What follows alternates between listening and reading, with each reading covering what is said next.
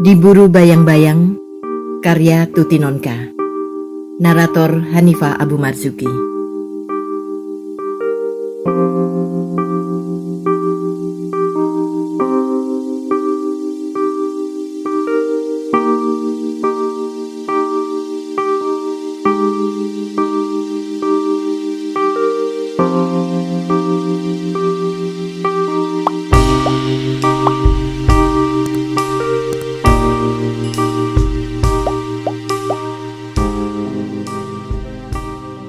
Pintu laboratorium anatomi terkuak. Puluhan mahasiswa yang selesai praktikum pagi menghambur seperti laron keluar dari liangnya setelah hujan lebat reda. Tetapi berbeda dengan laron-laron yang keluar dari sarangnya dengan mengepakkan sayap penuh gairah hidup. Laron-laron yang keluar dari laboratorium anatomi itu kusut dan tampak mengerikan wajahnya. Dan astaga, apa pula ini? Aroma mereka. Angin yang timbul oleh desir tubuh mereka terasa mencekik napas dengan bau formalin yang menusuk hidung. Bau mayat yang diawetkan. Bulu kuduku meremang dan nyaliku mengkerut tinggal sebesar biji kedelai. Betapa tidak. Sebentar lagi aku harus masuk ke ruang jagal itu dan meneruskan apa yang sudah mereka kerjakan. Membedah mayat. Sosok jasad yang pernah hidup tak beda dengan diriku itu akan kusayat wajahnya, kukuliti tubuhnya, kucongkel matanya, kubelah dadanya, kuiris jantungnya, kurobek perutnya, serta kupotong kaki tangannya. Aku manusia akan merajam manusia lain yang telah kehilangan zat hidupnya, yang semestinya lebih dihormati justru karena ia sudah tidak berdaya lagi. Makhluk itu telah diambil kembali oleh Sang Khalik. Tetapi kami dengan kepongahan ilmiah telah menahannya di dunia untuk dijadikan objek pemuas rasa ingin tahu kami. Astagfirullah. Apakah ini bukan suatu kelancangan yang sungguh luar biasa pada kehendak Dia yang Maha Mulia? Cepat yuk, itu teman-teman sudah pada masuk. Rita menghela tanganku, mengikuti kawan-kawan yang sudah bergerombol di pintu laboratorium. Angan-anganku terbang dan aku terseret arus ketergesaan teman-temanku yang lain. Sambil berjalan ku masukkan tanganku ke saku jas praktikum putihku. Pinset dan skalpelku aman tersimpan di sana. Kelupaan membawa kedua benda itu bisa berakibat gawat. Didamprat asisten dan tidak diizinkan ikut praktikum. Ini adalah praktikum anatomi kami yang pertama. Dan pada hari pertama, lebih baik tidak usah memancing permusuhan dengan siapapun. Terutama manusia-manusia setengah dewa yang berjuluk asisten. Kok tidak ngeri? Kugamit Rita yang berjalan di depanku. Rita melambatkan langkah dan menoleh. Kalau sendiri so pasti ngeri. Tapi teman kita kan banyak. Kalau mayat itu mau berulah, kita keroyok saja rame-rame. Ia menjawab tanpa rasa peri kemanusiaan. Begitupun keberanianku muncul melihat senyumnya yang lucu. Tapi nanti malam kita sendirian. Dan kalau semua orang sudah tidur, mereka bisa datang membalas dendam kepada kita. Aku berkata lagi, dasar penakut.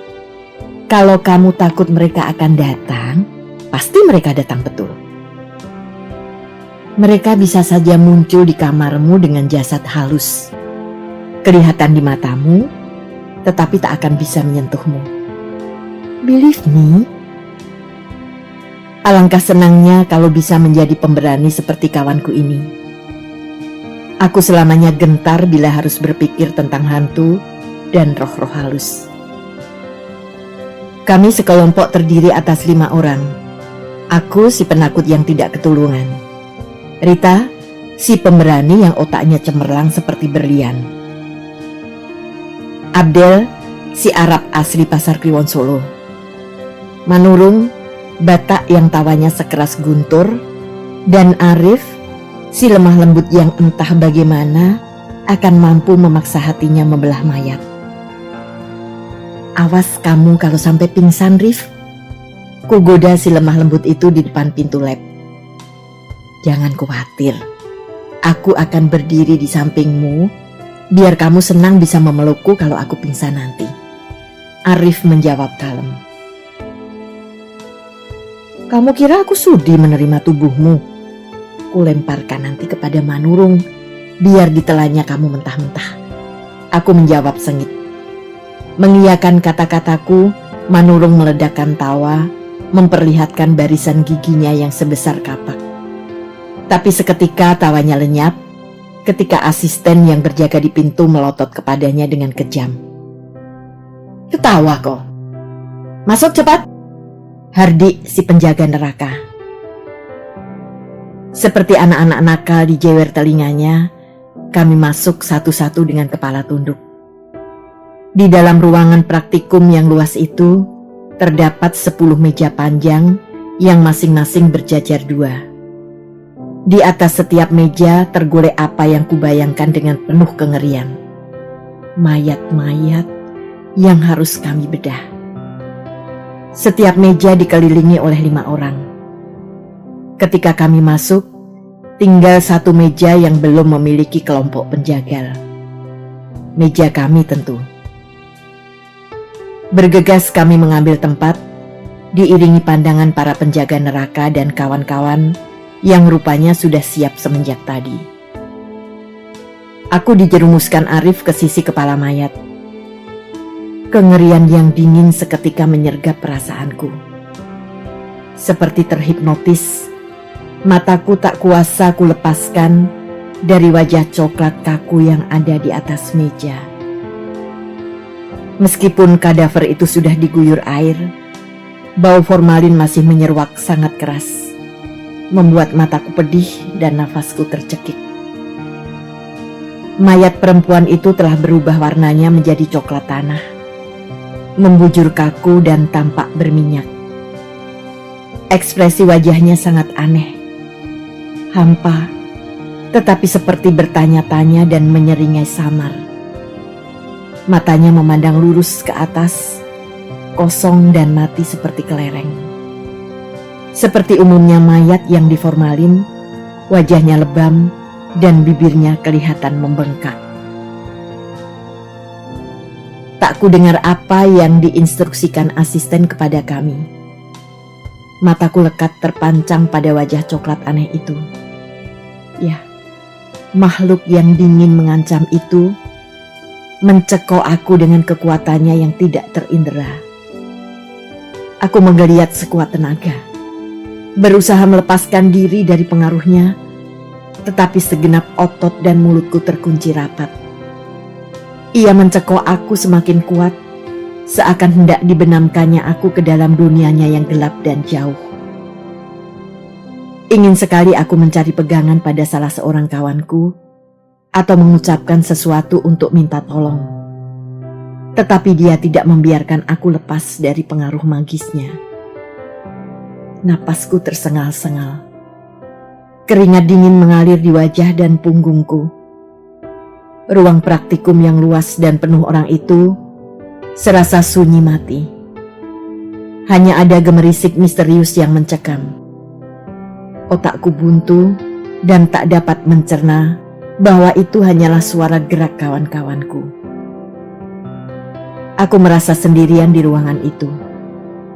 Sendirian melawan makhluk yang dicerabut dari alam kodratnya.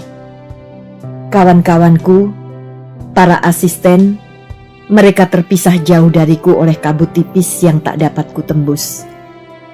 Mereka tak dapat kugapai untuk kumintai pertolongan. Lalu sebuah tangan menjulur dengan perlahan, dan mata skalpel yang tajam mengiris bagian bawah dagunya, lurus tepat ke tengah dada. Aku seolah melihat wajah yang aneh itu menyeringai kesakitan, dan matanya yang hampa tiba-tiba menoleh kepadaku seakan mohon dikasihani. Napasku tercekik. Pandanganku gelap berkunang-kunang. Tubuhku goyah, dan lantai yang kuinjak serasa terbaling-baling. Tanganku menggapai-gapai mencari pegangan.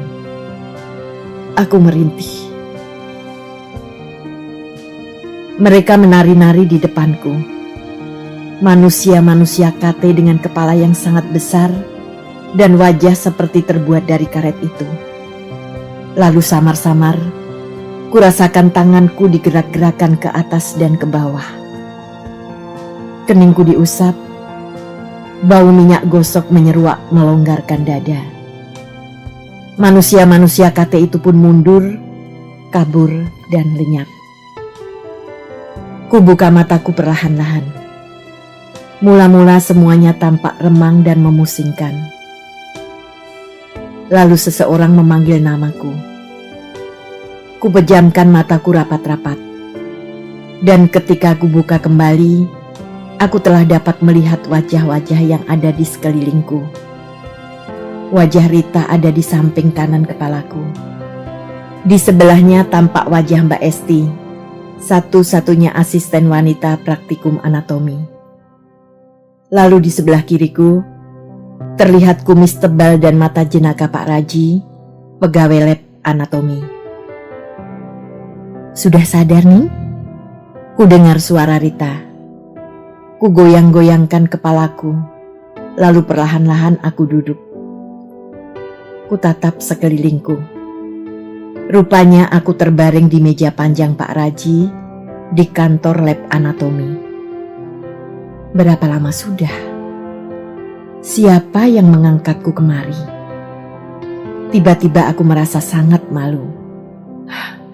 Kemana saja aku melayang beberapa saat tadi? Dek Tuning sudah makan sebelum praktikum? Mbak Esti bertanya. Makan? Aku menggeleng. Aku makan terakhir kali kemarin siang. Malam, pagi, dan siang tadi, perutku hanya kujejali teh hangat dan beberapa butir apel. Kelebihan berat 2 kilo membuatku memusuhi segala jenis makanan sehat. Pencitraan tentang arti kata cantik seringkali membuat para perempuan melakukan hal-hal yang bodoh dan tidak masuk akal. Kalau begitu, makan saja dulu di kantin. Kalau kamu bisa cepat, mungkin kita masih ke bagian praktikum sebentar. Rita berkata. Praktikum? Ya, bagaimana dengan praktikum kami? Wajah coklat aneh itu muncul lagi dalam benakku. Mungkin daya tahan tubuhku memang lemah karena kurang makan. Tetapi aku merasa wajah aneh itulah yang membuatku menggigil dan goyah. Mungkin juga gabungan semuanya. Perut kosong, kengerian menghadapi mayat, dan bau formalin yang menyesakkan nafas. Bayangan wajah yang hampa dan tembam, seolah bertanya dan menyeringnya itu, kembali membuat semangatku runtuh. Mayat. Sosok itu adalah mayat. Sebutan yang membuat kami dulu, anak-anak, meringkuk dengan gemetar di sela-sela lengan ibu. Sekarang aku memang bukan anak-anak lagi. Tetapi pikiran bahwa aku harus memotong mayat, ya Allah, betapa mengerikan. Entah mengapa tiba-tiba aku menangis. Aku tidak sanggup memotong mayat itu. Untuk mayat yang lain mungkin aku bisa, tetapi tidak mayat itu. Aku tidak tahu mengapa. Aku tidak mau praktikum. Kembalilah sendiri ke lab.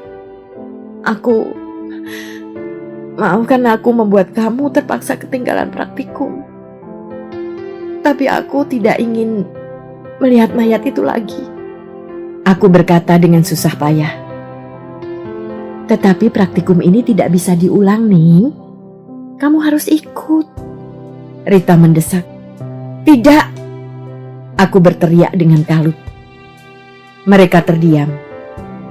Mbak Esti, Rita, dan Pak Raji menatapku dengan kaget. Lalu terdengar suara Mbak Esti, lembut dan perlahan. Ya sudah, mungkin pikiran Dik Tuning saat ini memang belum tenang. Tidak apa-apa tidak ikut praktikum hari ini. Nanti saya bicarakan dengan teman-teman asisten yang lain. Mungkin Dik Tuning bisa bergabung dengan kelompok lain hari Sabtu besok. Untuk sekali praktikum ini saja. Sekarang Dik Tuning pulang saja. Ikut praktikum dengan kondisi fisik lemah dan pikiran kacau tidak ada gunanya. Tidak akan mengerti apa-apa. Akhirnya Mbak Esti memberikan jalan keluar bijaksana. Kamu bawa motor? Rita bertanya. Aku menggeleng. Aku naik becak saja. Tidak usah diantar. Kamu harus ikut praktikum. Terima kasih kamu sudah menunggu aku. Lalu kutoleh Mbak Esti dan Pak Raji. Terima kasih Mbak, Pak. Rita mengantarku sampai ke tepi jalan besar di depan lab. Selalu ada becak mangkal di situ, dan tanpa menawar lagi aku naik ke salah satu yang terdekat. Jalan aspal yang kami lewati lebar dan lengang karena masih berada di lingkungan kampus Bulak Sumur yang tidak dilalui angkutan umum. Angin bertiup kencang menerbangkan rambutku ke belakang. Pohon flamboyan dan akasia tumbuh rindang di kanan kiri jalan, menciptakan suasana teduh dan nyaman bagi para pemakai jalan. Antara gedung Fakultas Kedokteran dan gedung Fakultas Kedokteran Gigi, masih banyak terdapat tanah kosong yang ditumbuhi semak liar. Di kampus UGM ini, gedung-gedung berarsitektur modern berbaur dengan gedung-gedung lama yang masih kokoh berdiri. Masing-masing punya gaya sendiri. Tetapi dari semuanya, yang paling kusukai tentulah gedung pusat dengan balai roomnya. Memandang gedung bertingkat 3 dengan pilar-pilarnya yang besar itu, menciptakan kebanggaan alma mater yang membirukan lubuk hati. Giring-giring di bawah tempat duduk becak memperdengarkan suara gemerincing ketika saling beradu oleh tiupan angin. Polisi tidur yang dibangun di beberapa tempat membuat aku terpental setiap kali becak melintasinya tanpa mengurangi kecepatan. Wajah itu muncul lagi dalam rongga ingatanku. Tak dapat kuusir dan kuenyahkan. Ya Allah, mayat siapakah dia? Di bawah alam sadarku, aku merasa pernah mengenal wajah itu. Tetapi siapa dan di mana? Ekspresi wajah itu telah menjadi sangat aneh, sukar dikenali. Kalau saja dia tidak bengkak dan tembam-tembam karena proses pengawetan, pasti mudah bagiku untuk mengingat siapa dia. Meskipun begitu, aku yakin pernah melihat wajah itu sewaktu ia masih hidup. Seraut wajah yang hadir dalam ingatanku dengan sayup dan redup. Rumah kudapati dalam keadaan riuh. Sebuah sedan warna putih tampak diparkir di depan pagar. Itu mobil Mbak Indri, kakak sulungku yang tinggal di Semarang. Jadi dia datang. Dengan anak-anaknya tentu. Pantaslah dari jauh sudah terlihat rumahku begitu gaduh. Bule Tuning, dari mana Bule? Teti, anak Mbak Indri yang berumur 6 tahun, berlari menyongsongku. Wajahnya yang bulat polos dan matanya yang bening, seketika menghapus kekusutan hati yang kubawa dari kampus. Dari sekolah manis, di mana ibu? Ku bimbing bidadari kecil itu masuk ke rumah. Ia meloncat-loncat dengan riang. Ibu di belakang sama Eyang. Ia berseru, lalu berlari mendahuluiku ke bagian belakang rumah. Kakakku 4 orang, semuanya perempuan. Adik aku tak punya. 3 kakakku sudah menikah dan ikut suami mereka di berbagai kota. Mbak Rini, kakakku persis dan hanya berselisih 2 tahun denganku, Sudah lulus dari sebuah akademi manajemen dan sekarang bekerja di perusahaan periklanan di Jogja. Demikianlah, kami tinggal bertiga bersama ibu. Bapak sudah lama meninggal ketika aku baru kelas 2 SMP. Kalau saja beliau masih ada, tentulah keluarga kami lebih rukun dan sentosa. Sebab ibarat sapu lidi, Bapak adalah pengikatnya. Sifat-sifatnya yang sabar dan adil selalu menjadi kata putus yang menenteramkan bagi semua pihak dalam setiap perselisihan. Apalagi dengan sifat kami 5 bersaudara yang berbeda-beda, terasa sekali betapa Bapak sangat kami butuhkan sebagai penengah. Ibu bukannya tidak mempunyai arti bagi kami, tetapi kelembutannya yang kadang-kadang jatuh menjadi kelemahan seringkali membuat ibu tidak mampu mengambil jalan tengah yang tegas. Ibu tidak sampai hati jika harus menentang atau menolak kehendak salah seorang anaknya, meskipun sebenarnya ia tidak setuju. Malam harinya, setelah Mbak Indri pulang, ibu mendekati aku di kamar. Tadi Indri bicara kepadaku. Ibu mulai dengan hati-hati. Beliau sudah hafal, kalau pembicaraan menyinggung Mbak Indri, aku selalu menghadapinya dengan pasang kuda-kuda. Sebenarnya, aku tidak pernah bermaksud memusuhi kakak sulungku ini. Tetapi dalam banyak hal, kami selalu saja tidak menemukan kesesuaian. Bicara apa, Bu? Aku bertanya. Indri mau membangun kamar-kamar di sini untuk disewakan pada anak kos. Rumah kita kan dekat dengan kampus IKIP, Sanata Dharma dan Atmajaya. Ibu menjelaskan. Sejenak aku memikirkan rencana itu. Rumah kami yang berada di kawasan Gejayan memang sangat strategis sebagai tempat kos. Tetapi aku lebih memikirkan ketentraman hati ibu. Ibu suka kalau halaman rumah kita yang sejuk ini disesakkan dengan kamar-kamar dan kegaduhan anak-anak kos. Aku bertanya. Ibu menghela napas. Wajahnya yang telah keriput tampak resah dan suram. Tak perlu lagi beliau mengungkapkan galau hatinya. Aku bisa membacanya dengan jelas, seperti membaca hatiku sendiri.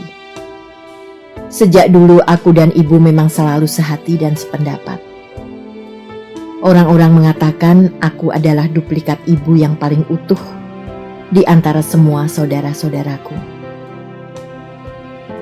Di sebelah mana kamar-kamar itu akan dibangun? Aku bertanya. Di samping rumah, di tempat yang dulu digunakan Warni untuk mendirikan rumahnya. Ibu menjawab. Warni. Nama itu menyentak pikiranku dengan tiba-tiba. Warni, Marsuti, dan Topo. Sebuah keluarga jelata yang sepanjang hidupnya berada dalam sekapan nasib buruk. Dan rumah kami adalah salah satu tempat yang pernah menampung nasib buruk mereka. Tiba-tiba pula, wajah coklat aneh di meja praktikum lab anatomi itu kembali mencekam jantungku.